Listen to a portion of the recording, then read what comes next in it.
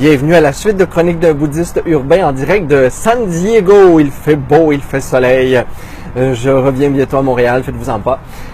Aujourd'hui, on va se donner une pratique pour faire face à l'intolérance et la colère et surtout les actes d'intolérance et de colère tournés envers nous, quand c'est nous qui les recevons.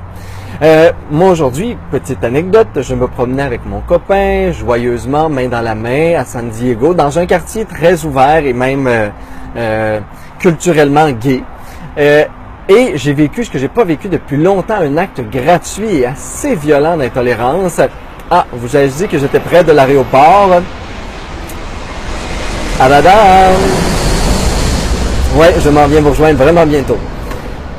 Et il y a quelqu'un, un homme qui est passé tout près de nous et peut-être à 2 pas de nous se tourne et nous crie, là, mais avec colère, avec hargne, avec violence, là, « You fucking gay bitch !» Et là, vous êtes tous chanceux pour ceux qui ne comprenaient pas l'anglais. Je vous ferai pas la traduction, juste savoir que c'est grossier et vulgaire, les mots que je viens d'utiliser. Et là, à l'intérieur de moi, bon, d'un, j'étais sous le choc, un peu transi.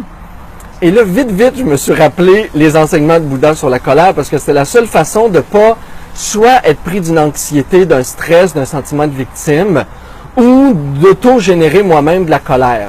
Je vous rappelle que pour le bouddhisme, un des exemples sur la colère, c'est de se rappeler que la colère, c'est à la fois de la perte de contrôle, mais aussi de la prise de contrôle. La personne qui se met en colère tente de prendre contrôle sur les autres, sur l'environnement, sur quelque chose qui la perturbe et qu'il ne contrôle pas. Première explication. Deuxième, la colère, c'est un peu comme un charbon ardent qu'on fait naître à l'intérieur de nous. Fait que lui, le monsieur, là, je le vois comme quelqu'un qui, un matin, pour une raison banale, là, a généré à l'intérieur de lui plein de gros charbon pour que ça le brûle, pour que ça crée de la souffrance, du mal-être. Et moi, j'ai le choix de générer ces charbons-là aussi, de me faire souffrir ou de pogner son charbon puis de l'intégrer à l'intérieur de moi, ou j'ai le choix de relativiser, de juste mettre ça sur, pas le juger, pas dire, mon Dieu, c'est un inculte, c'est un pas éduqué, parce qu'on a commencé un peu à débriefer de l'expérience, moi et mon copain, puis c'est un peu là-dedans qu'on s'en allait, puis j'ai dit, non, on va générer les mêmes jugements que lui a retourné contre nous pour justifier son acte. Alors, on fait attention à notre petit esprit, parfois condescendant ou plein de jugements. C'est de la violence tranquille que j'appelle. Et on reste vraiment dans l'ouverture. Il y a une personne qui a des jugements, il y a une personne qui a de l'intolérance. Pour X raisons. Toujours les avions. Pour X raisons, ça ne me concerne pas. C'est pas mon histoire. Et j'ai pas à intégrer ça. Ce qui fait mal, c'est que je donne du pouvoir à son jugement et à la violence qu'il a retourné contre moi. J'ai le choix de dire non. J'ai le choix de refuser cette prise de contrôle-là de lui sur moi, premièrement. Et j'ai le choix aussi de me rappeler tout l'amour-propre que j'ai, tous les non-jugements, toute l'estime de moi que j'entretiens sur ma condition, ma différence, peu importe ce que je suis, mes actes, mes gestes, et de conserver ma journée sur les gens qui vont me sourire, nous dire qu'on est beau, qu'on est fin.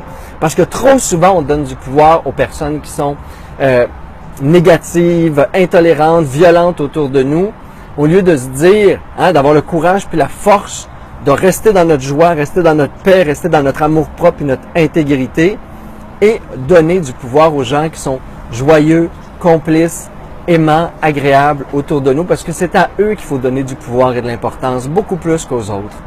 Alors voilà aujourd'hui, petit exemple de comment vivre avec l'intolérance, la violence et la colère des autres. Donc, se rappeler, relativiser que c'est sa colère à lui, ce n'est pas la mienne. Faire un choix conscient de générer de la colère ou non. De vraiment dire est-ce que moi j'ai besoin de me mettre dans un état de souffrance, qu'on appelle la colère ou non. Et par la suite, faire attention au jugement, à la distance ou même à l'intégration des jugements que cette personne-là a pu prononcer ou émettre contre nous pour rester dans conserver l'amour-propre, l'estime de soi puis une vision pure de qui on est.